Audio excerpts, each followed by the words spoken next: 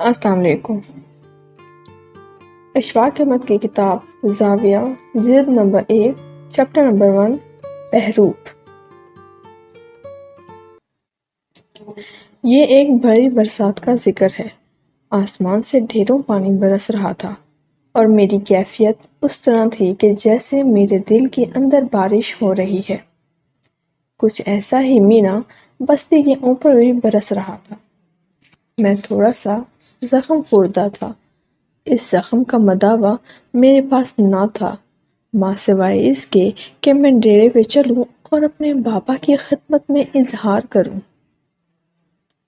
بات یہ تھی کہ میرے ایک بہت ہی پیارے دوست جو میرے ساتھی بھی تھے، وہ افسانہ نگار تھے اور کالم بھی لکھتے تھے۔ انہوں نے کالموں میں میری بڑی بچائی کی تھی، اور جب کالم نویس رگیدتا ہے تو جس کی کھنچائی ہوتی ہے اس کے پاس کوئی اخبار نہیں ہوتا جس میں وہ جواب الجواب لکھ سکے۔ وہ بیچارہ غمزدہ ہو کر گھر بیٹھ جاتا ہے۔ میرے ساتھ بھی انہوں نے کچھ ایسا ہی کیا تھا اور تابڑتوڑ 3-4 سخت حملے کیے تھے۔ میں اپنے دکھ کا اظہار کرنے کے لیے ڈیرے پر چلا گیا اور بابا جی سے کہا، میں بڑا دکھی ہوں اور اس بات کی مجھے بڑی تکلیف ہے۔ اس شخص نے جو میرے بظاہر دوست ہیں، ہم سے محبت کے ساتھ ملتے ہیں اور ٹی ہاؤس میں ایک دوسرے کا ساتھ بھی دیتے ہیں، اور لوگوں کو پتہ بھی نہیں چلتا کہ وہ اس طرح کی کارستانی میں میرے لیے کر سکتا ہے۔ پھر یہ کیا ہے؟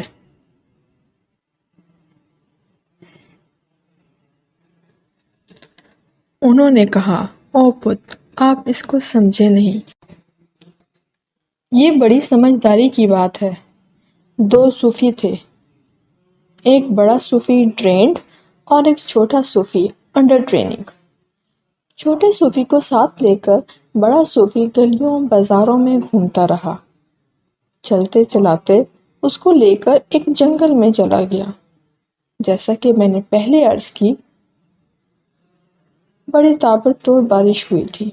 جنگل بھیگا ہوا تھا اور اس جنگل میں جگہ جگہ لکڑیوں کے ڈھیر تھے، پتوں کے، شاخوں کے انبار تھے۔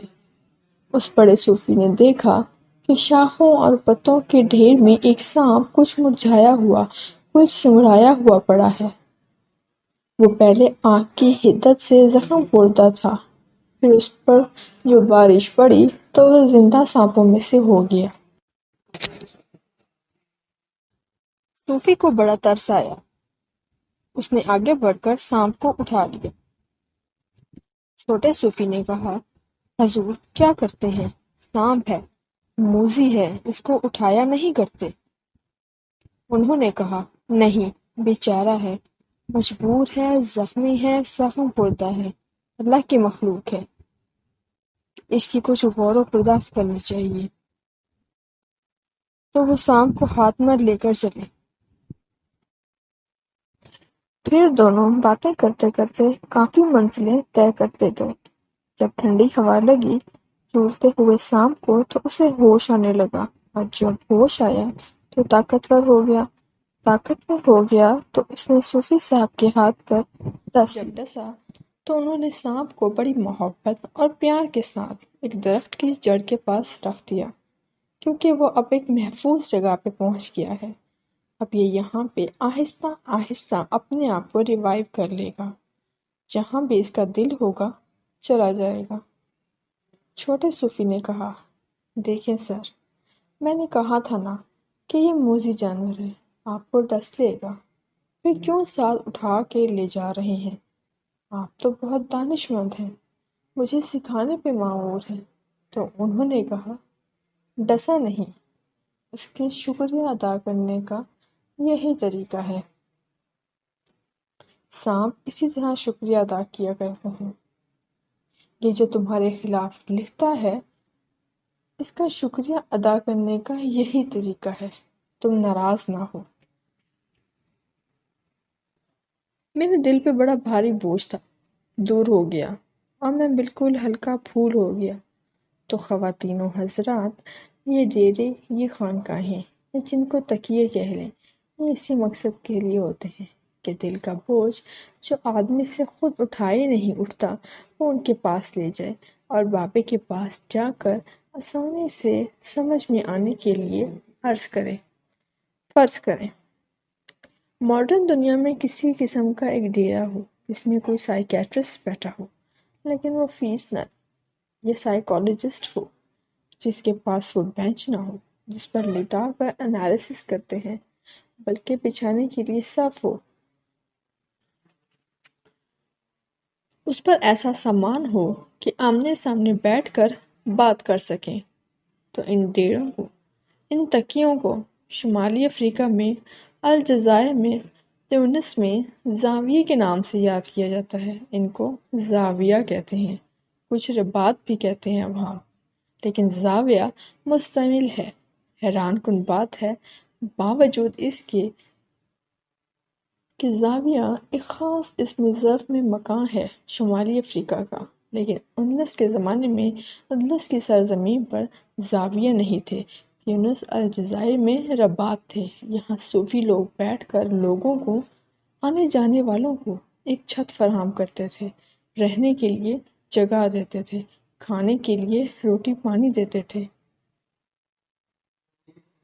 کچھ دیر لوگ بیٹھتے تھے، دکھی لوگ آتے تھے، اپنا دکھ بیان کرتے تھے اور ان سے شفا حاصل کر کے ڈائیلاگ کرتے تھے۔ سچ مچ جو سائیکالوجسٹ کہا کرتے ہیں وہ مہیا کرتے تھے۔ ہم نے بھی اسی تقلید میں پروگرام کا نام زاویہ رکھا ہے۔ اس لحاظ سے تو مجھے تھوڑی سی شرمندگی ہے کہ یہ اصل زاویہ نہیں ہے، نقل بمطابق اصل ہے، لیکن اسپرٹ اس کی وہی ہے۔ کوشش اس کی یہی ہے کہ اس طرح کی باتیں یہاں ہوتی رہیں اور طبیعت کا بوجھ جو اور پروگراموں میں اور کالموں اور کتابوں سے دور نہیں ہوتا وہ کسی طور پر یہاں دور ہو سکے۔ آپ جب بھی کسی ڈیرے پر کسی بزرگ سے ملنے کے لیے جائیں گے تو آپ کے لاشعور میں ٹیسٹ کا ایک میٹر ضرور ہوگا، میں دیکھوں یہ کیسا آدمی ہے۔ آپ اکثر یہ کہہ کر چلے آتے ہیں کہ یار وہاں گئے تھے وہ تو کچھ نہیں ہے۔ اپنے معیار کے ساتھ آدمی چیک کرتا ہے، لیکن جب آپ پوری طلب کے ساتھ امتحان پاس کرنے کا اختیار انداز کیے ہوئے جائیں تو پھر آپ کو ان خاکستروں میں سے عجیب القسم کے جاتے ہیں۔ مشکل تو ہوگی کہ وہاں سندھ چلے جائیں، تھر پارکر کے ڈیزرٹ میں چلے جائیں یا روہی میں چلے جائیں، کچھ نہ کچھ آپ کو دانش کی بات مل جائے گی۔ دانش کی بات جو ہے یہ ایسے ہی لوگوں سے ملتی ہے، کتابوں سے نہیں ملتی۔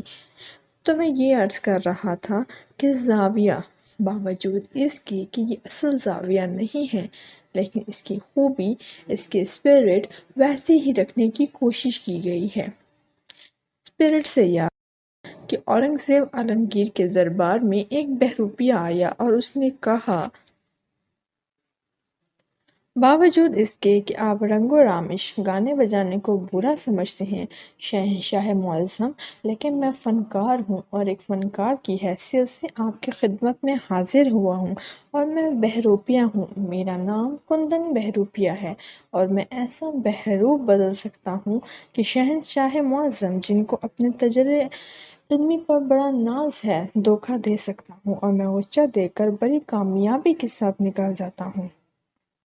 اورنگزیب عالمگیر نے کہا، یہ بات تو ذی اوقات ہے، میں تو شکار کو بھی کار بیکار سمجھتا ہوں۔ یہ تم جو چیز میرے پاس لائے ہو اس کو میں کوئی اہمیت نہیں دیتا۔ اس نے کہا، نہیں صاحب، ہاتھ کنگن کو آرسی کیا، آپ اتنے بڑے شہنشاہ ہیں اور دانش میں اپنا جواب نہیں رکھتے۔ میں بھیس بدلوں گا، آپ پہچان کر دکھائیے۔ تو انہوں نے کہا، منظور ہے۔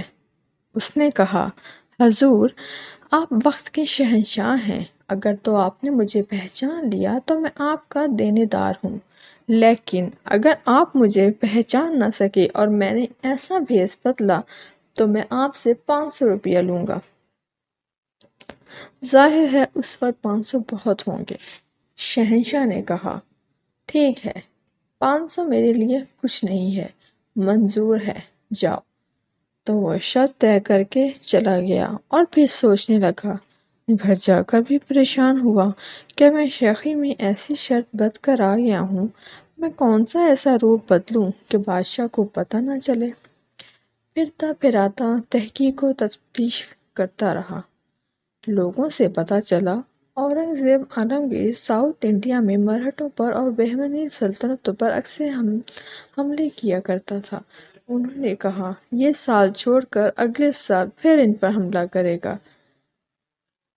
یہ خبر بہروپیہ کو جو واقعی نگار تھے انہوں نے بتائی۔ اس نے کہا ٹھیک ہے۔ چنانچہ وہ یہاں سے پابیادہ سفر کرتا ہوا اس مقام پر پہنچ گیا جہاں بہمنی سلطنت تھی۔ وہاں جا کر اس نے ایک بزرگ تھا، داڑھی بڑھا لی، سبز کپڑے پہن لیے، بڑے بڑے منکے گلے میں ڈال لیے اور اللہ کی یاد میں ایسا مستغرق ہوا کہ بڑی دیر تک، بہت دور تک لوگوں کو اپنے اس سحر میں مبتلا کرتا رہا۔ ارد گرد کے لوگ جو تھے بابا پیر کی محبت میں گرفتار ہو گئے۔ لوگ آنے لگے اور طرح طرح کے چڑھاوے چڑھنے لگے، جیسا کہ ہمارے یہاں کا رواج ہے۔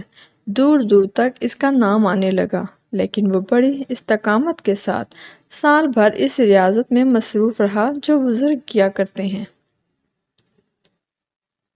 ایک سال کے بعد جب اپنا لاؤ لشکر لے کر اورنگزیب عالمگیر ساؤتھ انڈیا پہنچا اور پڑاؤ ڈالا تو تھوڑا سا خوف زدہ تھا، اور جب اس نے مرہٹوں کے پیشوا پر حملہ کیا تو وہ اتنی مضبوطی کے ساتھ قلعہ بند تھے کہ اس کی فوجیں توڑ نہ سکیں۔ پریشانی کا عالم ہو گیا اور یقین ہو گیا کہ شاید اس کو ناکام لوٹنا پڑے اور اس کی حکومت پر برا اثر پڑے۔ چنانچہ لوگوں نے کہا یہاں ایک درویش ولی اللہ رہتے ہیں درخت کے نیچے، آپ ان کی خدمت میں حاضر ہوں، ان سے جا کر ڈسکس کریں، پھر دعا کریں اور پھر ٹوٹ پڑیں۔ شہنشاہ پریشان تھا، بیچارہ بھاگا بھاگا گیا ان کے پاس، سلام کیا اور کہا حضور میں آپ کی خدمت میں ذرا۔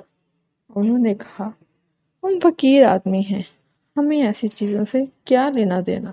شہنشاہ نے کہا نہیں، عالم اسلام پر بڑا مشکل وقت ہے، جیسے انسان بہانے کیا کرتا ہے، آپ ہماری مدد کریں، میں کل اس قلعے پر حملہ کرنا چاہتا ہوں۔ فقیر نے فرمایا نہیں، کل مت کریں، پرسوں کریں، اور پرسوں بعد نماز ظہر۔ اورنگزیب نے کہا جی بہت اچھا۔ چنانچہ اس نے بعد نماز ظہر جو حملہ کیا اور ایسے زور کا کیا اور جذبے سے کیا، اور پیچھے فقیر کی دعا تھی اور ایسی دعا کہ وہ قلعہ ٹوٹ گیا اور ہو گئی۔ مفتوح جو تھے وہ پاؤں پڑ گئے۔ بادشاہ مرہٹوں کے پیشوا پر فتح مند کامران ہونے کے بعد سیدھا درویش کی خدمت میں حاضر ہوا۔ باوجود کہ وہ ٹوپیاں سیکھ کے اور قرآن لکھ کے گزارا کرتا تھا، لیکن سبز رنگ کا بڑا سا امامہ پہنتا تھا، بڑے زمرد اور جواہر لگے ہوتے تھے۔ اس نے جا کر امامہ اتارا اور کھڑا ہو گیا، دس بستہ کہ حضور یہ سب کچھ آپ ہی کی بدولت ہوا ہے۔ اس نے نہیں، جو کچھ کیا اللہ نے کیا ہے۔ انہوں نے کہا آپ کی خدمت میں کچھ پیش کرنا چاہتا ہوں حضور۔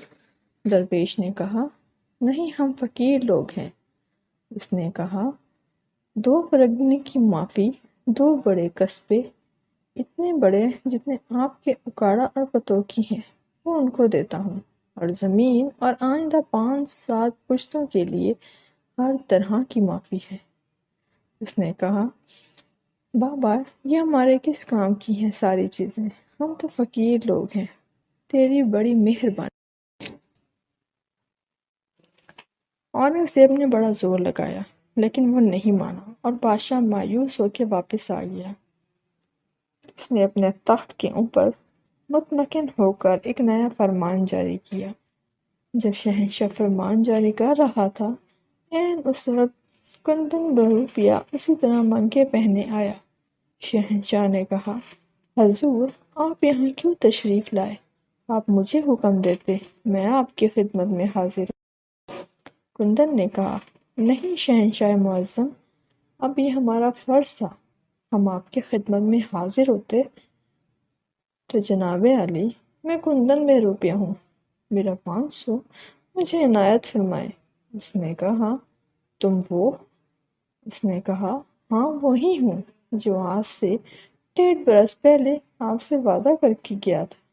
اورنگزیب نے کہا، مجھے 500 روپیہ دینے میں کوئی اعتراض نہیں، میں آپ سے یہ پوچھتا ہوں، جب میں نے آپ کو 2 پرگنے اور 2 قصبے کی معافی دی، جب آپ کے نام اتنی زمین کر دی، جب میں نے آپ کے ساتھ پشتوں کو یہ رعایت دی،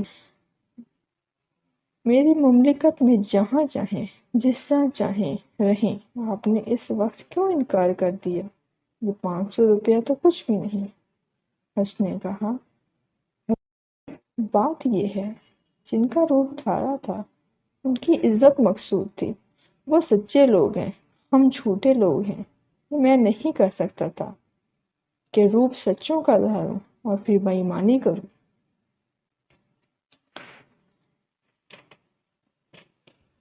تو خواتین و حضرات، میں یہ عرض کر رہا تھا کہ یہ ہمارا یہ زاویہ 2 نمبر ہی صحیح، بے شک بہروپ ہی صحیح، تو آپ دعا کریں اس میں کچھ ایسی باتیں، کچھ ایسے مسئلے، کچھ ایسی پیچیدگیاں، کچھ ایسے بوجھ دور ہوتے رہیں جو اور کسی طرح سے نہیں ہو پاتے۔ آپ کا بہت بہت شکریہ اور مہربانی کہ آپ تشریف لائے اور آپ نے اس پروگرام کو رونق بخشی۔ انشاءاللہ پھر بھی آپ کے ساتھ ملاقات ہوگی۔ اللہ آپ کو آسانیاں عطا فرمائے اور آسانیاں تقسیم کرنے کا شرف عطا فرمائے۔ آمین۔ اللہ حافظ۔